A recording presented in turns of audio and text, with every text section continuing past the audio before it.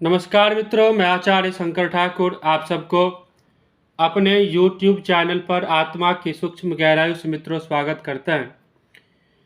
मित्रों, आज हम बात करेंगे तर्पण कर्म के ऊपर।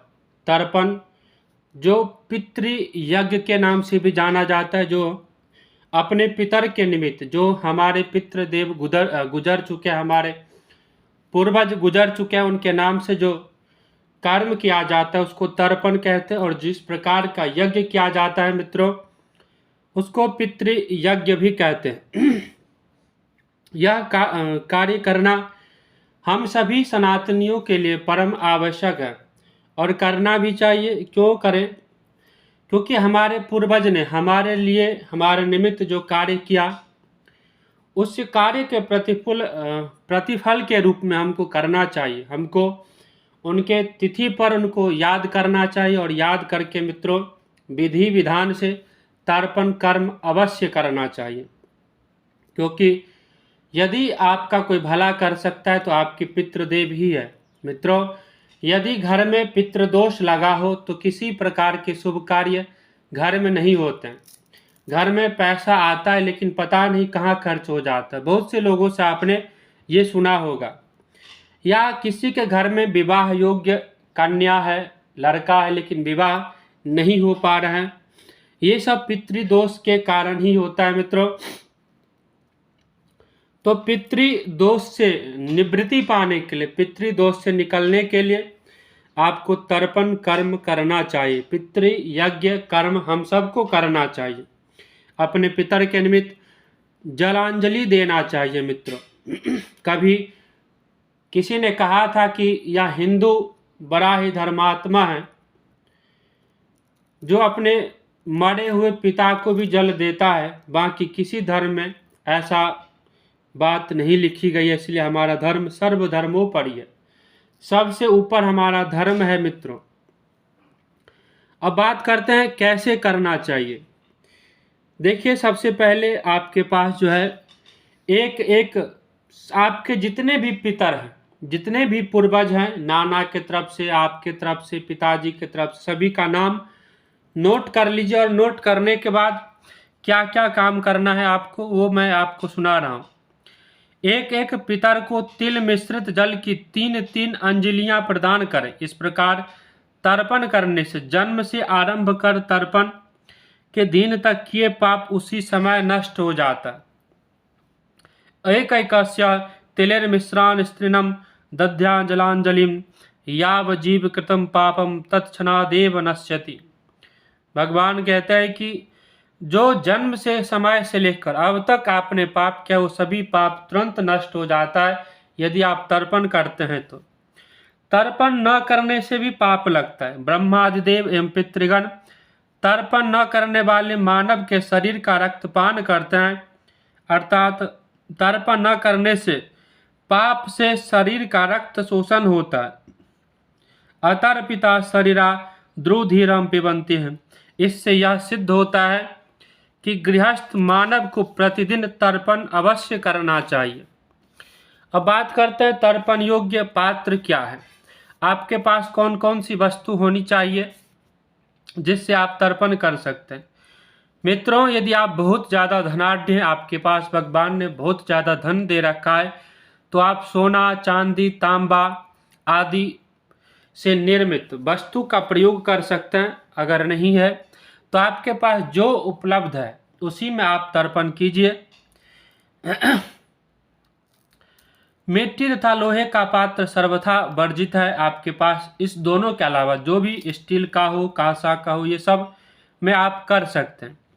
अब तिल तर्पण का निषेध, यानी कि कब नहीं करना चाहिए। सप्तमी एवं रविवार को घर में जन्मदिन में दास, पुत्र और स्त्री की कामना वाले मनुष्य तिल से तर्पण न करें।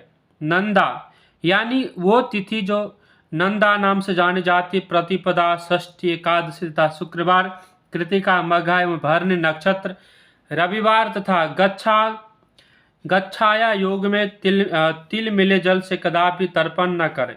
कुशा के अग्रभाग से देवताओं का, मध्य से मनुष्यों का, मूल तथा अग्रभाग से पितरों का तर्पण करें। घर में ग्रहण में पितृश्राद्ध में व्यतिपात योग अमावस्या तथा संक्रांति के दिन निषेध होने पर भी तिल से तर्पण करें, किंतु अन्य दिनों में घर में तिल से तर्पण ना करें। अब तर्पण प्रयोग विधि, कैसे प्रयोग करना चाहिए तर्पण में। सबसे पहले मित्रों, आप गायत्री मंत्र से पढ़कर आप अपने शिखा को बांध लीजिए और प्रथम हाथ के दाहिनी अनामिका के मध्य पोर में 2 कुशों और बाईं अनामिका 3 कुशों की पवित्र धारण कर ले। फिर हाथ में त्रिकुश, यज्ञ, अक्षत और जल लेकर निम्नलिखित संकल्प पढ़ना चाहिए आपको। अद्य श्रुति स्मृति प्राणोक्त फल प्राप्त्यर्थम देव ऋषि मनुष्य पितृतर्पणम करिष्ये। यह संकल्प करने के बाद अपने सभी पितरों को आवाहन करना चाहिए। इसके बाद तांबे के पात्र में जल और चावल डालकर त्रिकुश को पूर्वाग्र रखकर उस पात्र को दाएं हाथ में लेकर बाएं हाथ से ढककर नीचे लिखे मंत्र पढ़कर देव ऋषियों का आवाहन करना चाहिए। सबसे पहले ब्रह्मादय सुरा सर्वे ऋषया सनकादयः आगच्छन्तु महाभागा ब्राह्मणोदरवर्तिनः। उसके बाद देव तर्पण विधि। देव तथा ऋषि तर्पण में सबसे पहले आप पूरब दिशा की ओर मुंह कर ले, फिर जनेऊ को सभ्य रखें, दाहिना घुटना जमीन पर लगाकर बैठे। चौथा, अर्घ्य पात्र में चावल छोड़े। 3 कुशों को पूर्व की ओर अग्रभाग करके रखें। जल की अंजलि 1-1 हो। देव तीर्थ से अर्थात दाएं हाथ की उंगलियों के अग्रभाग से, और जलांजलि सोने, चांदी, तांबा अथवा कांसे के बर्तन में डाल। यदि नदी में तर्पण किया जाए तो दोनों हाथों की मिलाकर जल से भरकर गौ की सिंग जितना ऊंचा उठाकर जल में ही जलांजलि दे। निम्नलिखित प्रत्येक नाम मंत्र के बाद तृप्यताम कहकर 1-1 अंजलि देता जाना चाहिए। सबसे पहले ओम ब्रह्मा तृप्यताम, ओम विष्णु तृप्यताम, ओम रुद्र तृप्यताम, ओम प्रजापति तृप्यताम, ओम देवतास तृप्यताम, ओम छंदांस तृप्यताम, ओम वेदास तृप्यताम, ओम ऋषया तृप्यताम, ओम पुराना आचार्य तृप्यताम, ओम गंधर्व तृप्यताम, इतर आचार्य तृप्यताम, ओम संवत्सरः सा वायव तृप्यताम, ओम देवयस् तृप्यताम, ओम अप्सरस् तृप्यताम, ओम देवानुगास् तृप्यताम, ओम नागास् तृप्यताम, ओम सागरस् तृप्यताम, ओम पर्वतास् तृप्यताम, ओम सरितस् तृप्यताम, ओम मनस्या तृप्यताम, ओम यक्षास् तृप्यताम, ओम रक्षांस तृप्यताम, ओम पिशाचा तृप्यताम, ओम सुपर्णास् तृप्यताम, ओम भूतानि तृप्यताम, ओम पशवः तृप्यताम, ओम वनस्पतयः तृप्यताम, ओम ओषधयः तृप्यताम, ओम भूताग्र चतुर्विधः तृप्यताम।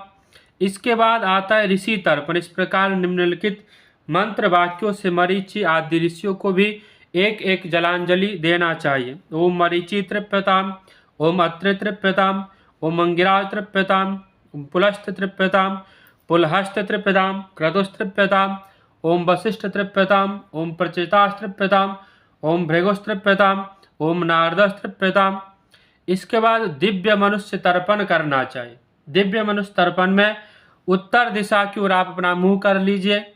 जनेऊ को कंठी की तरह कर ले, गमछे को भी कंठी की तरह कर ले। सीधा बैठ जाइए, कोई घुटना जमीन पर न लगाए।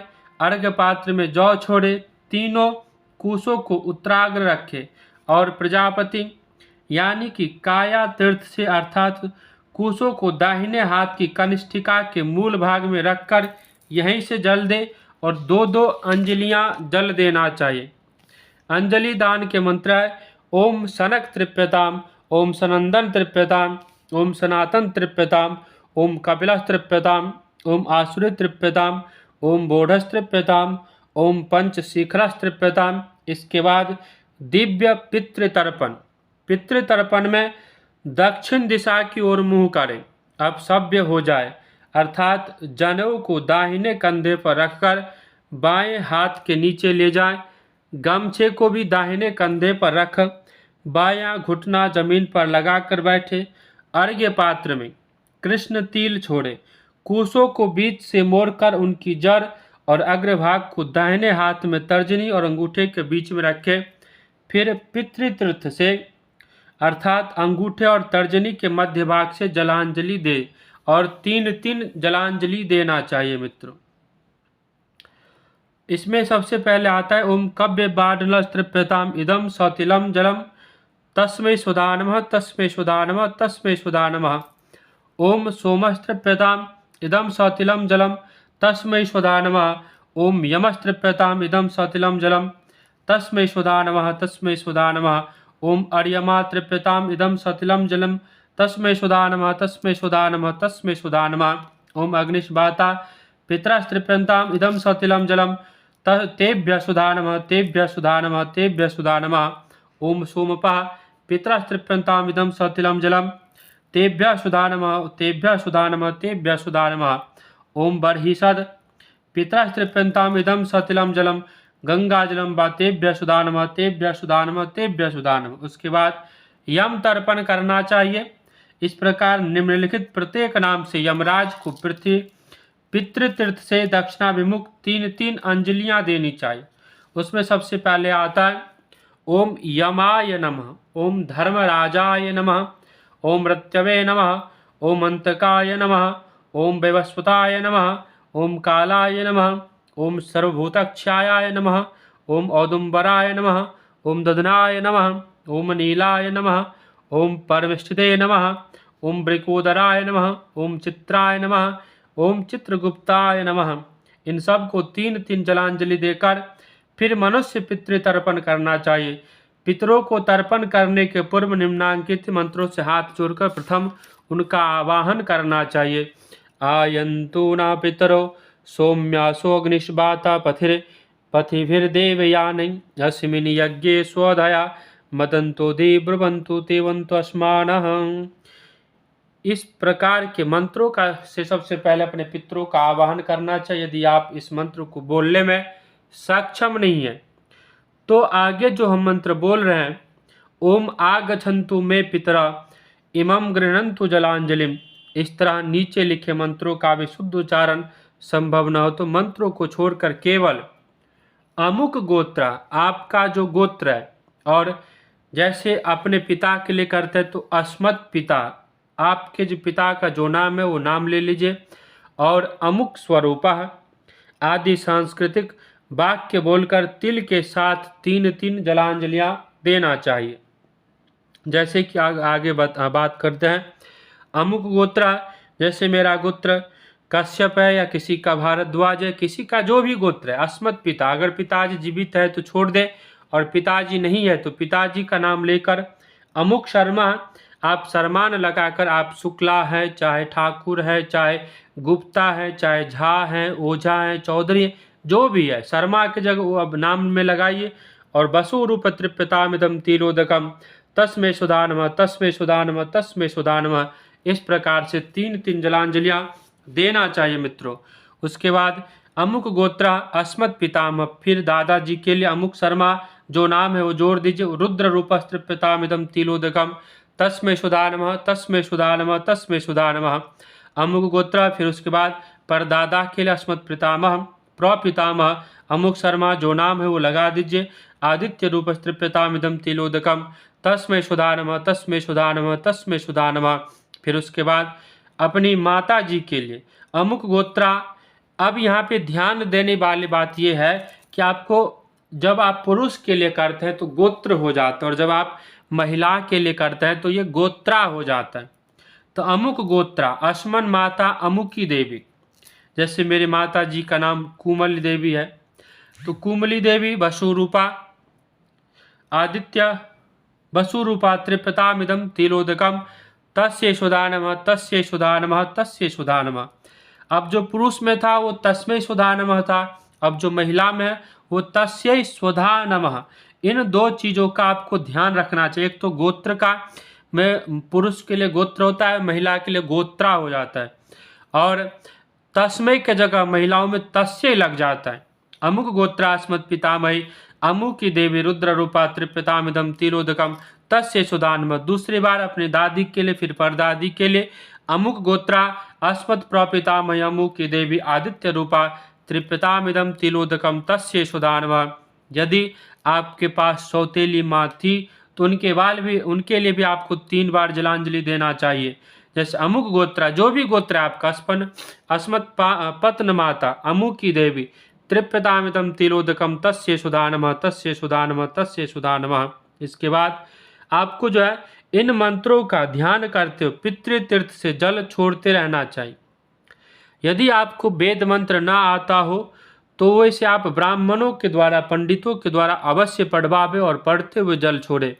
यह है ओम उदिरतामर उत्परास उन्मध्यमः पितरः सौम्यास असुम्या यूर्विक्रा ऋतज्ञायस्ते नो वंतु पितरो हवेकुं।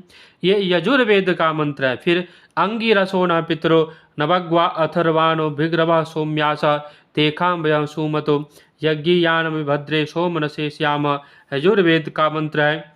और फिर उसके बाद जब ये मंत्र पढ़ ले उसके बाद पितृभ्य स्वधायिभ्य नमः स्वधा नमः, पितामहेभ्य स्वधायिभ्य स्वधा नमः, प्रपितामहेभ्य स्वधायिभ्य स्वधा नमः, अक्षण पितृमिमदंत पितरोत्रिपंत पितरो पितरः सुध्वन्वध्वमः, ये चे पितरो ये चे न नेह यश्च विद्या याम ऊचा न प्रविद्य तुम वित्थयादि ते जात वेदा स्वादाभिर्यज्ञम सुकृतम जुखस्व मधुरवाता मधुवातारिताय ते मधुचरन्ति सिन्धवमादविर्ण संतोषवदे मधुनक्त मुतोषसो मधुमत पार्थिविगम ध्यो रजः मधुध्योरस्तु न विदा मधुमानो वनस्पतिर्मधुमा अस्तु सूर्यमाधविर्गावन्तु नमः। ओम मधु मधु मधु तृप्यधम तृप्यधम तृप्यधम। फिर इसके बाद ओम नमो व पितरो रसाय नमो व पितरा शोषाय नमो व पितरो जीवाय नमो व पितरा स्वाधाय नमो व पितरा पितरो घोराय नमो व पितरो मन्नवे नमो व पितरो पितरो नमो व गृहान्न पितरो दंत सतो व पितरो देश समय तद्व पितरो बास आदतः। ये भी यजुर्वेद का मंत्र को पढ़ने के बाद आपके फिर दूसरे गोत्र का उच्चारण करना चाहिए। इसके बाद आपके द्वितीय गोत्र यानी कि नानी हाल के तरफ से, आपके नानी के तरफ से जो गोत्र है, नाना के तरफ से जो गोत्र है, उनका तर्पण करना चाहिए। यहाँ भी पहले की भांति निम्नलिखित वाक्यों का जो है आगे जो मैं बोलूँगा उन वाक्यों को 3-3 बार पढ़कर मित्रों आपको जो है तिल सहित जल की 3-3 अंजलियाँ पितृतीर्थ से ही देना चाहिए। अमुक गोत्रा आपके नाना के यहाँ के जो गोत्र है, अस्मन माता म नाना का नाम ले लीजिए। अमुक वसु रूपस्त्रिप्यतामिदम तिलोदकम तस्मे सुधा नमः, तस्मे सुधा नमः, तस्मे सुधा नमः। उसके बाद आपके परनाना का इसी प्रकार से होगा, इसी प्रकार से आपके वृद्ध परनाना का होगा। फिर उसके बाद नानी की अमुक गोत्रा अस्मन मातामही अमुक की देवीदाव स्वरूपा तृप्यतामिदम तिलोदकम तस्य सुधा नमः, तस्य सुधा नमः, तस्य सुधा नमः। इसी का जगह जहाँ अस्मन मातामही है वहाँ अस्मत् प्रमातामही उस जो आपके परनानी के लिए हो जाएगा। उसके बाद वृद्ध परनानी के लिए अस्मद वृद्ध प्रमातामही अमु के देविदा आदित्य रूपा तृप्यदामिदम तिलोदकम तस्य सुधा नमः, तस्य सुधा नमः। इस प्रकार से आपको जलांजलि देना चाहिए मित्रों। इसके बाद यदि आपकी कोई पत्नी है या भारिया है, बेटा बहन भाई जो भी गुजर चुका उसको अलग अलग नाम ले करके और गोत्र का उच्चारण करके उनको जल देना चाहिए। और इन सबको मात्र एक एक बार की एक एक अंजलि जल देना चाहिए, 2-2 3-3 अंजलि जल देने का इन सबको विधान नहीं है। इसके बाद सभ्य होकर पूर्वाभिमुख को सीधे बैठ जाए, कोसों को सीधा कर उनके अग्रभाग को पूरब की ओर कर ले। फिर नीचे लिखे श्लोकों को पढ़ते हुए देव तीर्थ से जल गिराना चाहिए मित्रों आपको। जले चरा भूनि लया वायव्य धाराश्च जंतवा तृप्ति में ते प्रयांतवासु मध्य तेना ते अम्बुना खिला। जिसके बाद आप सभ्य होकर जनेऊ और अंगोछों को भी दाहिने कंधे पर रखकर दक्षिणाभिमुख हो जाए। कोसों को बीच से मोड़कर इनकी जड़ और अग्रभाग को दक्षिण की ओर कर दे। फिर जो मंत्र है उनको पढ़कर पितृतीर्थ से जल गिराना चाहिए। ये कहते हैं नरकेषु समस्तेषु यातनासु च ये स्थिता तेखामाप्या यान्यैतध्यते सलिलं मया ये बांधवा बांधवाश्च ये अन्य जन्मनि बांधवा ये तृप्तिमखिला यान्तु यश्चास्मतो विवांछितम्। इस प्रकार से जब आपका तर्पण हो जाए तो फिर वस्त्र निष्पिंडन करना चाहिए। इस प्रकार सब पितरों का तर्पण हो जाने के बाद अंगोछों को 4 तरह कर उसमें तिल तथा जल छोड़कर नीचे लिखे मंत्र पढ़कर जल के बाहर बाईं ओर पृथ्वी पर निचोड़े। ये के चास्मत्कुले जाता अपुत्रा गोत्रिनो मृता ते गृह्णन्तु मया दत्तम वस्त्र निष्पिंडिनोदकम। इसके बाद भीष्म तर्पण करना चाहिए। इसके बाद भीष्म पितामह को पितृतीर्थ से और कुशों से जल देना चाहिए। भीष्म शांत नभो वीरा सत्यवादी चितेन्द्रिया अभिरद भरवापनोति पुत्र पौत्रोजिताम क्रियाम। इसके बाद भीष्म पितामह के बाद जो है आपको सूर्य को अर्घ देना चाहिए। नमो विवस्वते ब्रह्मण भास्वते विष्णु तेज से जगत सावित्रे सूचय सावित्रे कर्मदायिने। सूर्य अर्घ देकर प्रदक्षिणा कर इसके बाद दिशाओं एवं उनके अधिष्ठात्री देवताओं का मित्रों वंदन करना चाहिए। उसके बाद भगवान विष्णु का ध्यान करके आपने जो कर्म किया है वो भगवान विष्णु को हाथ जोड़ करके उनका स्मरण करते हुए उनको अर्पण कर देना चाहिए। अनेन यथाशक्ति कृतेन देवर्ष देव ऋषि मनुष्य पितृतर्पणाख्यान कर्मणा भगवान पितृस्वरूपी जनार्दन वासुदेव प्रियंताम नमः।